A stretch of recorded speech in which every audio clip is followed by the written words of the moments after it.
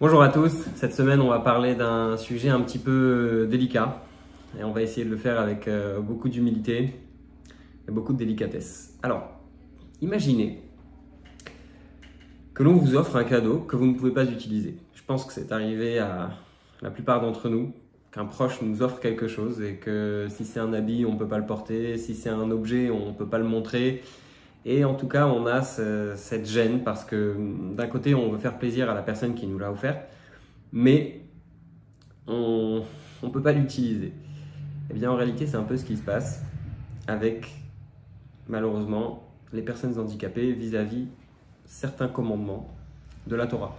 Tout simplement, il y a des commandements qu'ils ne peuvent pas faire. Que ce soit une personne qui, Dieu préserve, lui manquerait un bras et qui ne peut donc pas mettre les tefilines. Une personne qui ne peut pas entendre et donc ne va pas pouvoir écouter le shofar à Rosh Hashanah ou bien la Megillah pendant la fête de Purim. Et donc ça devient tout de suite très très difficile. Et ce qu'on va essayer d'expliquer ce soir, c'est justement quelle est la place dans la Torah, quel est le message de la Torah pour les handicaps. Et donc, on va en parler justement parce que cette semaine, c'est, on peut le dire, la paracha la plus importante de l'année. C'est la paracha des 10 commandements, c'est la paracha du don de la Torah. C'est celle qui a fait de nous le peuple que nous sommes. C'est celle qui va transformer le peuple juif et je dirais même toute l'humanité à jamais. Il y a là quelque chose de tout à fait particulier. Comme vous savez, deux juifs, trois opinions. On raconte souvent l'histoire de ce monsieur qui a vécu pendant des années dans une île déserte et qui, après 20 ans, reçoit un ami à lui et il lui dit « Ah, bah, je vais te faire visiter l'île » et là, il lui fait visiter sa maison et là, il lui fait visiter une première synagogue, puis une deuxième et là, son ami lui dit « Mais pourquoi deux synagogues ?» Et il lui dit « Écoute, il y a celle où je vais et celle où je vais pas. » Et donc, vous l'avez compris, ça a toujours été quelque chose de très difficile pour les Juifs à travers toutes les générations de s'entendre, de vivre en paix, de ne pas avoir de sujet de discussion, de divergence, de controverse, etc. Rashi lui-même, commentateur classique de la Torah, nous dit que tous les voyages, tous les déplacements du peuple juif ont été dans les divergences d'opinion. Et le seul voyage dans la Torah où l'on décrit le peuple juif comme un seul homme, comme un seul cœur, c'est-à-dire vraiment avec une union exceptionnelle, c'est celui du don de la Torah. C'est pour ça que la Torah nous dit que Israël, le peuple juif, s'est installé et utilise une forme unique, c'est-à-dire qu'elle va dire « il s'est installé ». C'est au singulier que l'on parle ici, alors que d'habitude, on parle toujours au pluriel. Et donc, revenons un petit peu au sujet des handicaps. Le fait que certaines mitzvot ne soient pas données à certains et qu'ils n'ont pas la possibilité de le faire est quelque chose de difficile. Après tout, la Torah a été donnée en cadeau, comme on l'a dit au début, à tout le peuple juif. Et si tout le peuple juif a reçu ce cadeau, pourquoi est-ce que certains seraient privés de ce cadeau? Alors, apparemment, le Midrash avait déjà pensé à cette question, le Midrash Mechilta, et il dit la chose suivante. En réalité, au moment du don de la Torah, il n'y avait personne qui souffrait d'un handicap. Il nous dit que, à travers différents versets, on peut remarquer qu'il n'y avait pas de gens muets au moment du don de la Torah. Puisque au moment où Dieu s'adresse au peuple juif, eh bien, ils vont tous lui répondre. On sait aussi que le peuple juif a entendu, parce qu'il y a cette fameuse phrase qui est dite par tout le peuple juif quand on leur propose la Torah, qui est « Naaseh, nous ferons, venishma, et nous comprendrons », mais qui veut dire aussi en hébreu « et nous entendrons ». L'entente étant souvent liée avec la compréhension. Et la troisième chose, c'est que personne n'était boiteux. Tout le monde était capable de marcher parfaitement. Le verset en témoigne.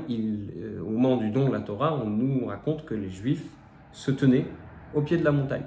Et on dit que tout le monde se tenait, tout le monde était bel et bien debout, et donc on en conclut que tout le monde pouvait marcher.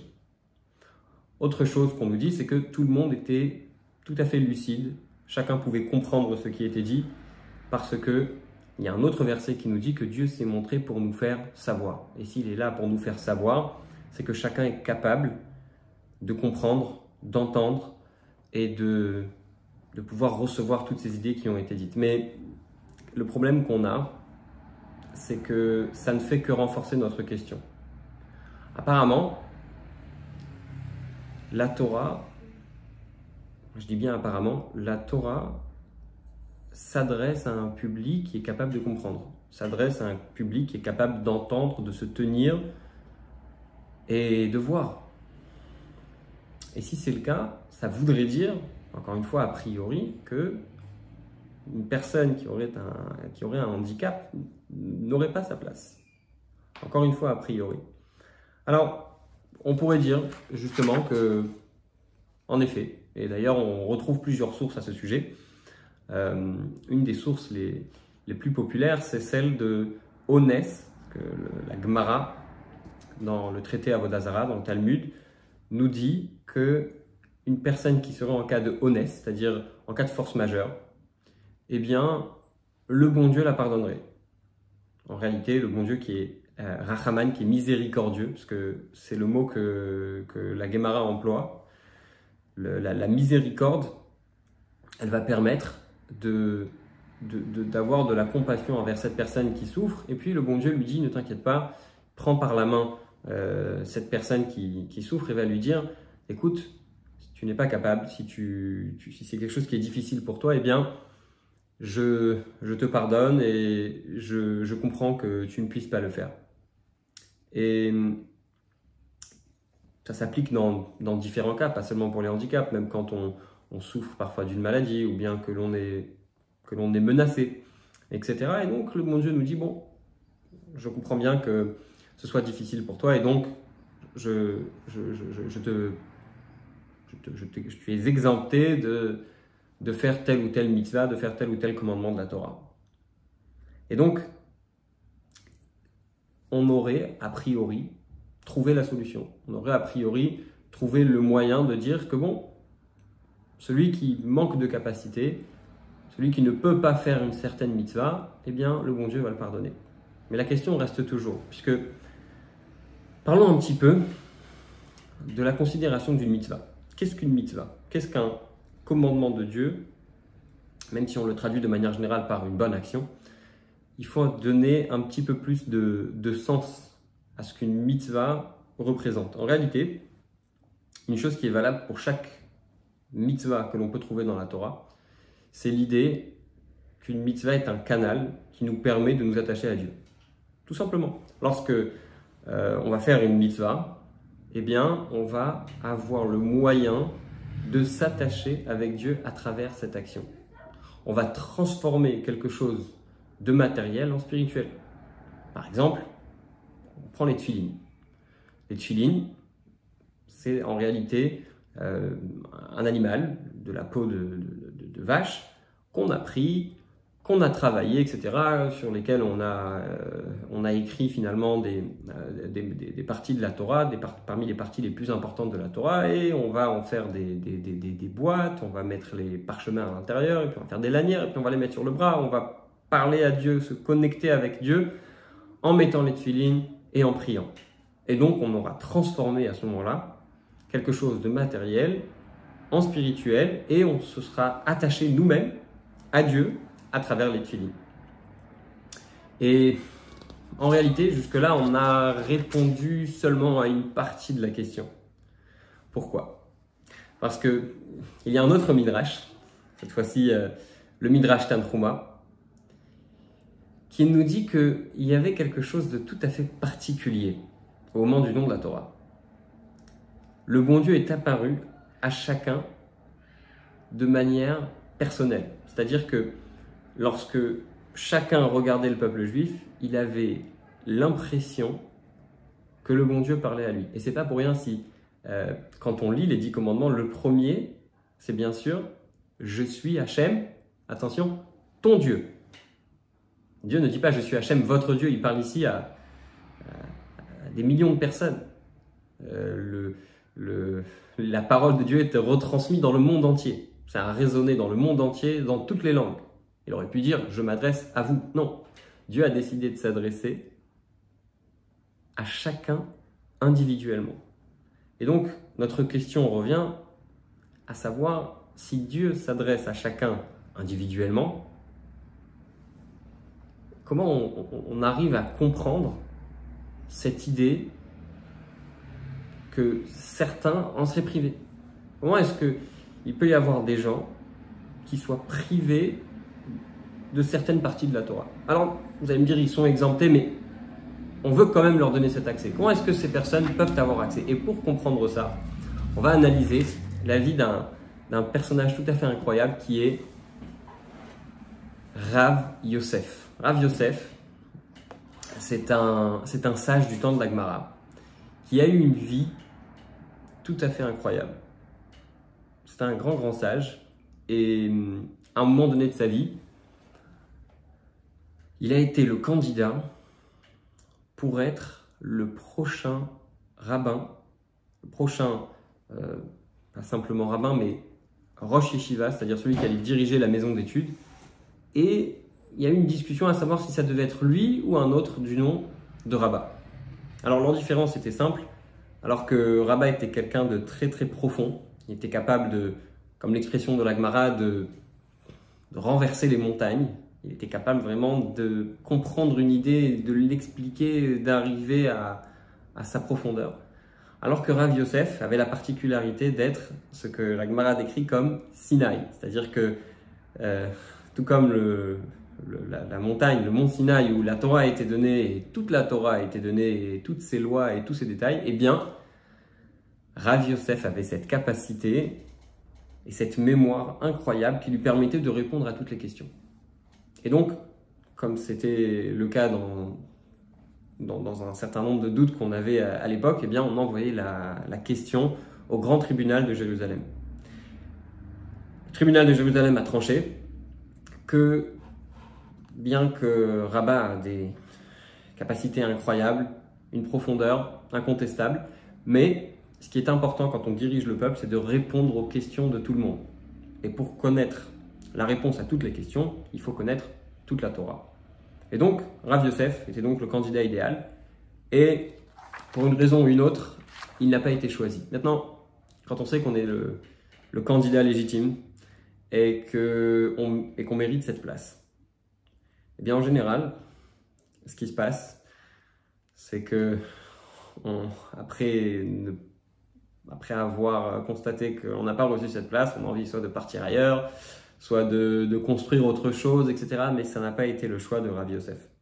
Rav Yosef décide de rester. Il décide de rester, de se mettre de côté, de respecter Rabbah. Et s'il a été choisi, c'est que pour Rav Yosef, il a sa légitimité. Et donc Rav Yosef décide de se mettre de côté. Quelque chose d'assez incroyable, c'est que pendant 22 ans, Rav Yosef et toute sa famille n'ont pas eu besoin de docteur. Imaginez ce que ça peut représenter. Pensez juste à vous-même, tous les combien de temps vous avez besoin d'un docteur ou quelqu'un même de votre famille a besoin d'un docteur. Mais Rav Yosef n'a pas eu besoin de docteur pendant 22 ans. C'est tout à fait incroyable. Alors, là, pourquoi est-ce qu'on raconte l'histoire de Rav Yosef? Parce que tout simplement, Rav Yosef était aveugle. Et il y a dans le Talmud Bavli, traité Baba Kama, il y a une phrase de Rabbi Yehuda qui nous dit qu'un aveugle est exempté de toutes les mitzvot qui se trouvent dans la Torah.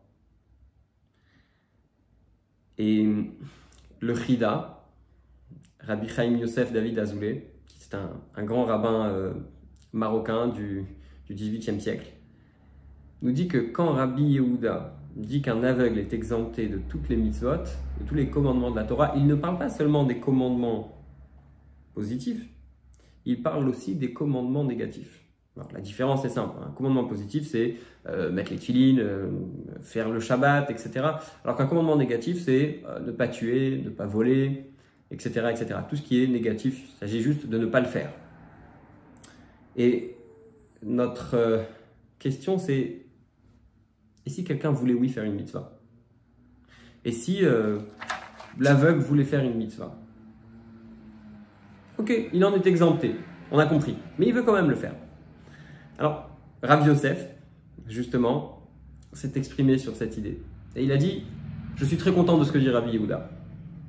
C'est un texte dans Baba Kama aussi. Il dit, je suis très content de ce que Rabbi Yehuda a dit.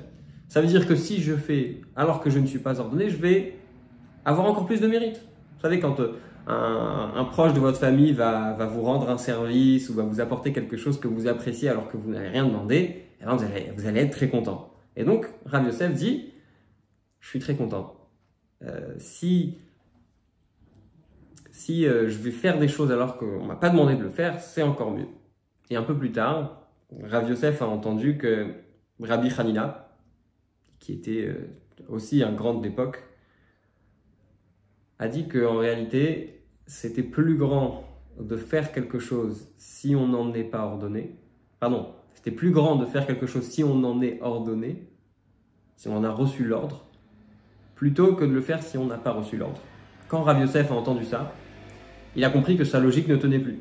Et a donc dit, eh bien à présent, si quelqu'un m'annonçait que la loi, la halacha, n'est pas comme Rabbi Yehuda, c'est-à-dire que l'aveugle est oui enjoint de faire toutes les mitzvot, eh bien je serais à ce moment-là tellement content que j'offrirai une fête, un grand repas à tous les sages. Alors, on essaye un petit peu de comprendre quelle est la démarche de Rav Yosef. Et pour comprendre tout ça, il faut expliquer un autre élément de la vie de Rav Yosef. À la fête de Shavuot, tous les ans, Rav Yosef demandait à ce qu'on lui apporte un veau de très bonne qualité. Et il disait que la fête de Shavuot était tellement grande que si il n'y avait pas eu la fête de Shavuot, il n'aurait pas eu sa place. Il n'aurait pas été qui il était. Et il y a tellement pour reprendre l'expression même de Rav Yosef qu'on va analyser, il y aurait eu énormément de Yosef dans le marché. Il y aurait eu énormément de gens qui portent son nom, qui sont tout à fait comme lui, et il n'aurait rien eu de particulier si ce n'est par la Torah qu'il connaît. Maintenant, quand on entend cette histoire, on se dit, qu'est-ce que Rav Yosef il veut nous faire passer comme message? Qu'est-ce qu'il est en train de nous dire ici? Il est en train de nous dire que c'est un grand rabbin et qu'il a de grandes connaissances. Est-ce que Rav Yosef sera en train de se vanter? Quel est le but de Rav Yosef dans cette phrase, dans cette déclaration au moment de la fête de Shavuot? Alors, Rashi nous dit que Rav Yosef est en train de dire ici, j'ai étudié la Torah et je me suis élevé. Et il y a beaucoup de gens au marché qui s'appellent Yosef. Et si je n'avais pas la Torah, quelle aurait été la différence entre moi et eux? Alors, maintenant qu'on est au courant du reste de la vie de Rav Yosef, on comprend que, en effet, Rav Yosef était quelqu'un de grand. Et pour comprendre la relation avec toute l'idée, tout l'objectif du cours de ce soir, qui est de comprendre le message de la Torah, ou l'un des messages de la Torah concernant les handicaps, j'aimerais partager avec vous une lettre du Rabbi de Lubavitch qui parle de ce sujet justement. Vous savez, pour toutes les fêtes et même toute l'année, les Lubavitch sortent dans la rue, proposent aux gens de mettre les tefilines. Pour les fêtes, ils vont proposer aux Juifs à Sukkot de prendre un loulav dans les mains, pendant la fête de Rosh Hashanah d'écouter le son du shofar, pendant la fête de Hanouka on va distribuer des bougies, pendant la fête de Purim, etc. faire des lectures de Megillah, donner aux gens vous savez, les fameux paquets de la fête, les Mishloach Manot. Et donc, le rabbi, dans cette lettre, va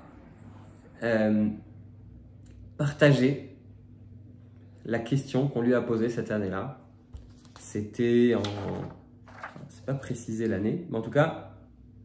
Ah, d'accord, la lettre a été écrite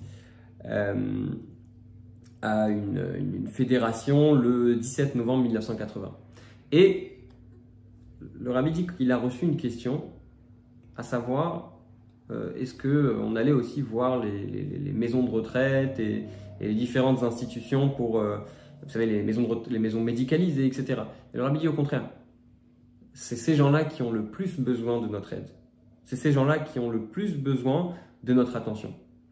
Et le retour de la part des gens qui travaillaient dans ces maisons de retraite ou qui travaillaient dans parfois des hôpitaux psychiatriques a été incroyable, parce que les gens ont dit, on a vu des visages s'illuminer, on a vu de nombreux sourires, et cette attention qu'ont eu ces jeunes gens ou ces bénévoles, ces Lubavitch, etc., eh bien, ça a été absolument incroyable. Le changement a donné, est venu, même après, on a vu une différence dans le comportement des gens. Et en réalité, ça nous amène à parler d'encore une idée. Le Talmud nous enseigne que lorsque l'on va encourager quelqu'un à faire une mitzvah, que l'on va faire en sorte que cette personne va faire une mitzvah, eh bien, on va considérer comme si que c'est nous qui avons fait cette mitzvah. Il donne un exemple. Il dit que quand le Nil a été transformé en sang, souvenez-vous, c'était il y a quelques semaines, la première plaie que Dieu va envoyer en Égypte, on a Aaron, donc qui va par la suite devenir le grand prêtre, qui est le frère de Moshe, va planter son bâton dans le Nil, et puis le Nil va se transformer en sang. Et puis plus tard, quand Dieu s'adresse à Moshe, il lui dit, et puis quand tu as planté ton bâton dans le Nil et qu'il s'est transformé en sang. Et là, la question c'est, mais c'est pas Moshe qui l'a fait. Et la Gemara nous dit justement, puisque c'est Moshe qui a dit à Aaron d'aller prendre le bâton et d'aller le mettre dans le Nil, on considère comme si que c'était Moshe et pas Aaron. Alors, bien évidemment, Aaron a sa part de mérite dans cette action. Mais on va considérer que c'est quand même Aaron qui a planté, que c'est Moshe qui a planté son bâton. Et en réalité, quand on aide quelqu'un à faire une mitzvah, quand on aide quelqu'un à faire une bonne action, quand on le soutient, etc., eh bien, on va prendre une vraie part importante dans cette mitzvah. Et en réalité, souvenez-vous de ce qu'on a dit au début de ce cours. On a expliqué la définition même d'une mitzvah. Qu'est-ce qu'une mitzvah? Une mitzvah, en réalité, c'est un moyen pour nous de se connecter à Dieu. D'accord? Quand on fait une mitzvah, on va faire descendre la lumière infinie de Dieu dans ce monde. On va avoir un objet qui faisait partie de ce monde, et de ce que le Tanya, écrit par Rabbi Shneur Zalman de Liadi, et qui est l'œuvre essentielle de la philosophie Chabad, Lubavitch, eh bien, il explique qu'on va transformer un objet qui, comme la majorité des objets se trouvant sur cette terre, n'est pas forcément lié à la divinité, et il va devenir divin. Rappelez-vous de l'exemple des tefilines. Et donc, en réalité, les mitzvot ne sont pas une liste de choses à faire, et qu'à chaque fois qu'on en fait une, on va écrire, on va mettre un grand V sur la liste et dire j'ai fait une mitzvah de plus. Non. Une mitzvah, c'est beaucoup plus que ça. Je donne un exemple simple. Imaginez qu'un docteur trouve la solution à une maladie incurable. D'accord? En ce moment, on parle beaucoup du vaccin, mais imaginez qu'un docteur dans le monde trouve un médicament contre le Covid. et qu'en quelques mois, on distribue ce médicament après des tests, etc. et que quelques mois plus tard, le monde entier a guéri du Covid. Alors, c'est certain que le docteur qui trouvera la solution ou l'institut qui trouvera la solution va gagner beaucoup d'argent, certes. Mais l'argent à côté du mérite que ça représente, du mérite d'avoir sauvé un nombre aussi important de gens, n'est absolument rien. L'argent n'est absolument rien comparé à ce mérite. Eh bien, c'est la même chose avec une mitzvah. On a tendance à penser que quand on fait une mitzvah, on va assurer notre monde futur. On va aller au Gan Eden, etc. Et je vais vous dire, c'est très bien. Ça fait partie des choses auxquelles on doit croire, qu'on reçoit une récompense pour chaque bonne action et une punition pour chaque mauvaise action. Mais réfléchissons un peu plus. Une mitzvah n'est pas juste un moyen d'avoir une récompense. Une mitzvah, c'est par-dessus tout un privilège que de s'attacher avec Dieu. Et donc, pour revenir à notre idée, on a cette idée que après le don de la Torah, qui est dans la paracha de cette semaine, la force a été donnée de transcender la nature, de transcender le monde.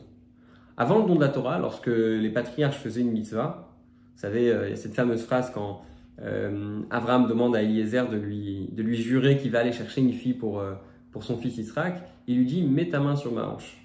La seule mitzvah qu'il y avait à l'époque, c'était la circoncision. Donc le seul moyen, la seule valeur, si on peut dire spirituelle qu'il y avait à l'époque, c'était l'endroit de la circoncision. Et c'est pour ça qu'Abraham dit à son serviteur « mets ta main sur ma hanche ». Pourquoi ? Parce que c'était la seule mitzvah qui avait cette notion de spiritualité. Alors qu'aujourd'hui, on va, encore une fois, pour reprendre l'exemple des téphilines, on va transformer un animal en un objet religieux, un objet qui contient beaucoup de spiritualité. Et avant le don de la Torah, c'est-à-dire à l'époque des patriarches, on raconte que quand Yaakov va prendre les fameux bâtons avec lesquels il va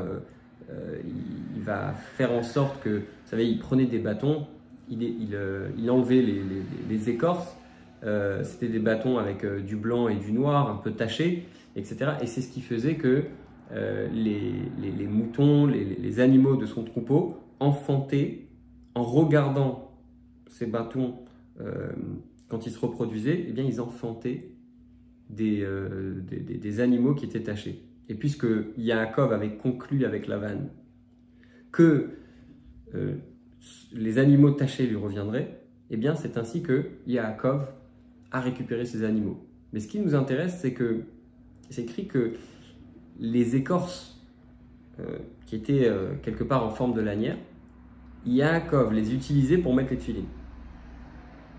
Mais on n'a jamais retrouvé ces écorces. Ces écorces ne sont pas devenues saintes. Il mettait les tefilines avec, je ne sais pas exactement comment ça se passait, mais juste après les avoir utilisées, il les mettait de côté et on ne les considérait plus comme saintes. Et donc, le don de la Torah vient amener la spiritualité dans le monde. Rav Yosef, pour revenir à ce personnage incroyable, sa particularité, c'est qu'après ses 22 ans, où Rabbah a été le grand rabbin dans la maison d'études, dans la yeshiva, Rav Yosef devient la personne à qui tout le monde va poser ses questions. Et il y a énormément de gens qui vont lui poser des questions dans des domaines où lui, souvenez-vous, n'a pas l'obligation de faire cette mitzvah. Et donc, quand Rav Yosef parle de l'avantage de la Torah et du fait que la Torah lui a permis de s'élever et du fait que la Torah lui a permis de pouvoir enseigner aux autres, il est en train de nous dire que c'est la Torah qui lui a permis à lui étant aveugle et exempté de certaines mitzvot, de certains commandements, mais puisqu'il était le Sinaï, le mont Sinaï, le puits de connaissance de sa génération, c'est la Torah qui lui a permis de s'élever. Alors, pour terminer ce cours, j'aimerais raconter une petite histoire que j'apprécie particulièrement. C'est l'histoire d'une chanson appelée Anim Zmirot, qui est l'une des chansons que le Rabbi Lubavitch a enseignées. Et c'est une histoire vraiment qui, pour moi, résume et synthétise en une histoire une des perspectives et une des façons de voir le judaïsme et le monde du Rabbi Lubavitch. Alors, c'est l'histoire d'un homme qui avait sauvé une famille de prison, qui avait payé la caution pour une famille. Vous savez, à l'époque, il y avait beaucoup de familles qui, suite à un manque de moyens, se retrouvaient en prison. Et donc, il y avait beaucoup cette mitzvah à l'époque que l'on appelle Pidyon Shuvim, donc de délivrer les prisonniers. Et donc, cet homme avait pris l'argent et était parti sauver une famille de prison.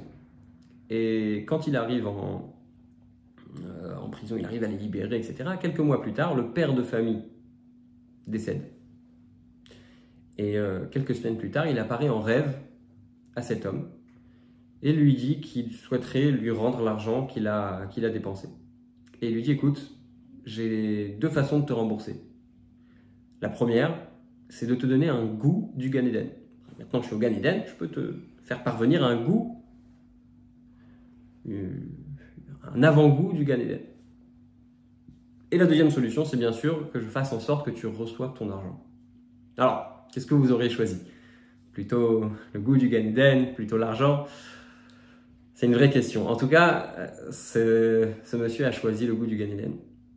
Et le jour de Kippour, à la fin de la fête, il va rester à la synagogue et chanter toute la nuit cette chanson de Anim Zmirot, que vous pouvez retrouver facilement sur Internet.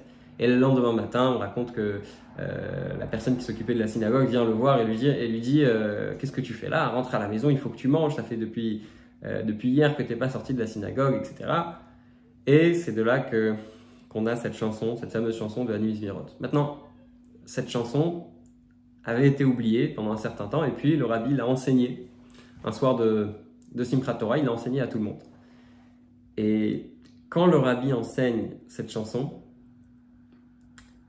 les gens ont commencé à discuter, à se demander qui est ce personnage dans l'histoire. Alors finalement, il y a eu des discussions et il y a quelqu'un qui a dit et si c'était le rabbi? Alors les gens ont commencé à discuter, oui, non, etc. jusqu'à ce que il y ait quelqu'un qui se décide et qui était très très proche du rabbi, le Rav Reuven Dounin, qui décide d'aller toquer à la porte du rabbi et lui poser la question directement. Et il lui dit, Rabbi, est-ce que c'est vous? Est-ce que c'est vous dans cette fameuse histoire? Et là, le rabbi, avec un grand sourire, lui dit, écoute, je vais te dire une chose, c'est ni moi, ni une personne qui était au temps du Baal Shem Tov, ou en tout cas une personne qui ne connaissait ni le Baal Shem Tov, ni le message de la Chassidoute. Pourquoi? Parce que si c'était quelqu'un qui connaissait le message de la Chassidoute, et parmi ce message, de nombreuses idées dont on a parlé ce soir, il aurait choisi l'argent. Pourquoi il aurait choisi l'argent? Parce que l'essentiel n'est pas le Gan Eden, l'essentiel n'est pas le futur, l'essentiel n'est pas ce que l'on va obtenir pour les mitzvot qu'on a fait, mais bel et bien ce monde dans lequel nous vivons, l'action que nous allons faire aujourd'hui. Et ça, c'est tout ce qui compte. Pour ce qui est de la question, quel est le message de la Torah aux gens souffrant d'un handicap?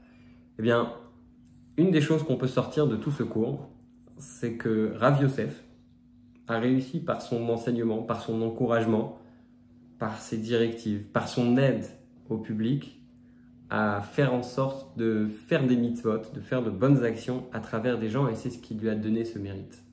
Alors, Si vous êtes vous-même une personne qui souffre d'un handicap, ce que vous pouvez faire, c'est que vous pouvez encourager votre entourage. Et si vous êtes quelqu'un qui ne souffre pas d'un handicap, mais vous vous dites peut-être, je connais quelqu'un, mais il a vraiment personne à qui parler, il a vraiment personne qui peut t'encourager, eh bien la réponse c'est que cette personne c'est peut-être vous. Aujourd'hui on a tous les moyens de pouvoir se connecter avec ces gens, de pouvoir aider quelqu'un qui souffre de quelque handicap que ce soit. On a toujours un moyen de pouvoir se connecter. Et si on n'a pas de moyens, eh bien on va faire en sorte de le trouver, on va faire l'effort et on va essayer de l'être, on va le faire, d'être cette personne qui va les connecter et qui va leur permettre de recevoir ce merveilleux cadeau qu'est la Torah, que l'on a reçu cette semaine et il y a des milliers d'années.